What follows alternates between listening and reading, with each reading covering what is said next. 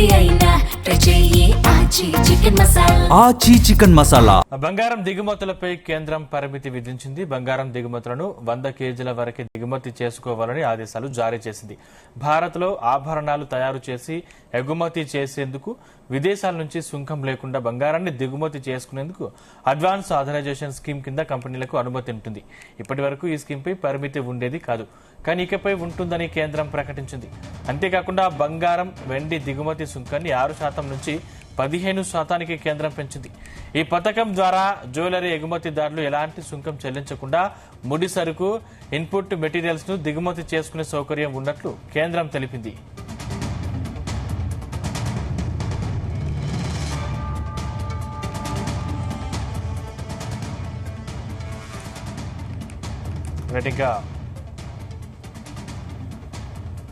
బంగారం దిగుమతులపై కేంద్రం పరిమితి విధించింది. బంగారం దిగుమతులను 100 కేజీల వరకే దిగుమతి చేసుకోవాలని ఆదేశాలు జారీ చేసింది. భారత్లో ఆభరణాలు తయారు చేసి ఎగుమతి చేసేందుకు విదేశాల నుంచి సుంకం లేకుండా బంగారాన్ని దిగుమతి చేసుకునేందుకు అడ్వాన్స్ ఆథరైజేషన్ స్కీమ్ కింద కంపెనీలకు అనుమతి ఉంటుంది. ఇదే అంశానికి సంబంధించిన మరిన్ని డీటెయిల్స్ మా ప్రతినిధి యాకేష్ అందిస్తారు. Yakesh, good morning Sandeep. బంగారంపై కేంద్రం కీలక నిర్ణయాలు తీసుకుంటుంది. బంగారం ఎగుమతులపై కేంద్రం ఇప్పటికే కొన్ని పరిమితులు విధించినటువంటి పరిస్థితి. బంగారాన్ని ఇతర దేశాల నుంచి దిగుమతులు చేసుకుంటున్నటువంటి నేపథ్యంలో 100 కేజీల వరకే దిగుమతి చేసుకోవాలని కేంద్రం ఇప్పటికే ఆదేశాలను జారీ చేసింది. భారత్లో కూడా ఆభరణాలు తయారు చేసి ఎగుమతి చేసుకునేందుకు విదేశాల నుంచి సుంకం లేకుండా బంగారాన్ని దిగుమతి చేసుకునేందుకు కూడా అడ్వాన్స్ ఆథరైజేషన్ స్కీమ్ కింద కంపెనీలకు అనుమతి ఉంటుందని చెప్తా ఉంది.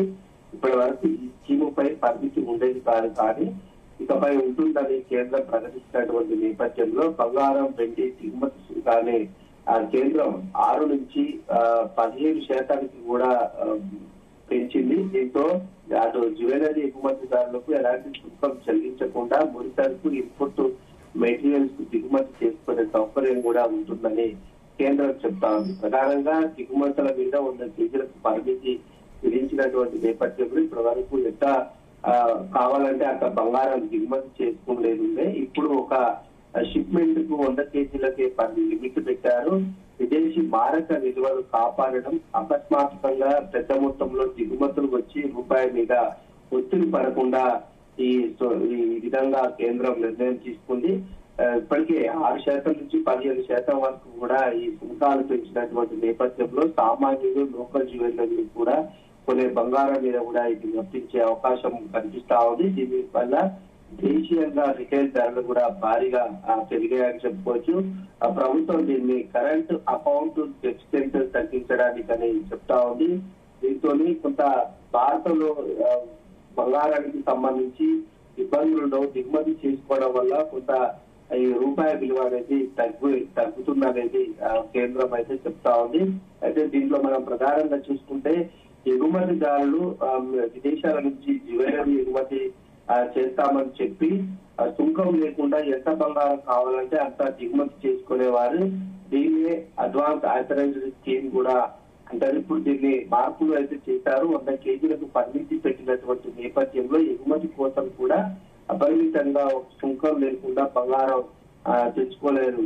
దీంతో కొన్ని ఎగుమతిదారులకు కూడా లాభాలు ఉండే అవకాశం ఉంది. వాళ్ళు ఇంకా సుంకం కట్టకుండానే ముడి సరుకును కూడా తెచ్చుకోవచ్చు. అంటే ఎగుమతి పోటీతత్వం కూడా ఇక్కడ తగ్గే అవకాశం కనిపిస్తా ఉంది. పెద్ద ఆర్డర్లు ఉన్నటువంటి కంపెనీలకు 100 కేజీలకు సరిపోవు. దీంతో అదనంగా కావాలంటే 15% సుంకం కూడా ఆయా కంపెనీలు పన్నులు కట్టి బంగారాన్ని తెచ్చుకోవాల్సినటువంటి అవసరం ఉంటుంది. కొందరు స్కీములు దుర్యోగం చేసేటువంటి అవకాశం ఉన్నటువంటి నేపథ్యంలో సుంకం లేకుండా తెచ్చినటువంటి బంగారాన్ని దేశీయ మార్కెట్ లో అమ్ముతారు. దీంతో ఆ లీకేజీ ఆపడానికి కూడా లిమిట్స్ కేంద్రం పెట్టినట్టు తెలుస్తా ఉంది. ప్రధానంగా ఈ బంగారం విధించినటువంటి సుంకం మీద సామాన్యుడికి దాదాపు ఖరీదుగా బంగారం పెరిగిపోయే అవకాశం ఉంది. అటు పక్క ఇప్పటికీ ఇటీవల కాలంలోనే ప్రధానమంత్రి నరేంద్ర మోదీ కూడా బంగారాన్ని 1 సంవత్సరం పాటు కొనొద్దని చెప్పినటువంటి మరుసటి రోజు నుంచి కూడా కేంద్రం బంగారం మీద షరతులు విధిస్తా ఉంది.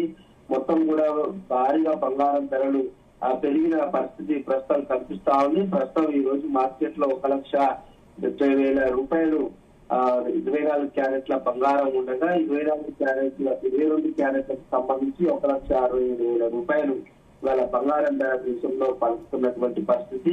ఒక్కసారిగా సుంకాలు పెంచిన తర్వాత కూడా ఒక తులం బంగారం మీద దాదాపుగా 13,000 రూపాయలు తులం బంగారం మీద ధర పెరిగినటువంటి పరిస్థితి. ఈ ధరలు ఇలాగే పెరుగుతూ పోతే సామాన్యులు చిన్న చిన్న ఫంక్షన్లకు కానీ పెళ్లిళ్ళకు కానీ బంగారం కొనాలంటే కొనలేని పరిస్థితి ఉంది. దాంతో సామాన్యులు అయితే విలవిలగాడిపోతున్నటువంటి పరిస్థితి ప్రస్తుతం దేశంలో కనిపిస్తా ఉంది.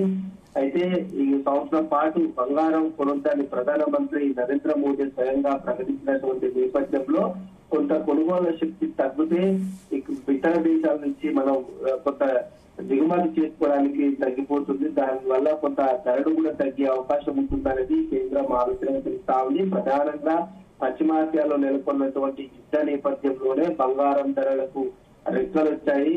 ఈ అన్ని ప్రతి ఇటు బంగారం కానీ ముడి సరుకు ఇటు పెట్రోలియం గ్యాస్ కానీ అన్నింటినీ కూడా మనం ఇతర దేశాల మీద ఆధారపడినటువంటి నేపథ్యంలో అన్నిటిని దిగుమతి చేసుకోవడం ద్వారా కొంత మన రూపాయి అనేది పూర్తిగా క్షీణించిపోతా ఉంది. డాలర్ అనేది రోజు రోజుకు బలపడుతున్నటువంటి తరుణంలో ఈ ధరల పెరుగుదల చేస్తే కొంత సామాన్యులు కానీ మధ్యతరగతి వారంతా కూడా ఈ కొనుగోలు శక్తి తగ్గి కొంత మన రూపాయి బలపడుతుందని కేంద్రం భావిస్తా ఉంది. ఆ నేపథ్యంలోనే ప్రధాని కూడా ఈ కీలక ప్రకటన చేశారని చెప్పుకోవచ్చు.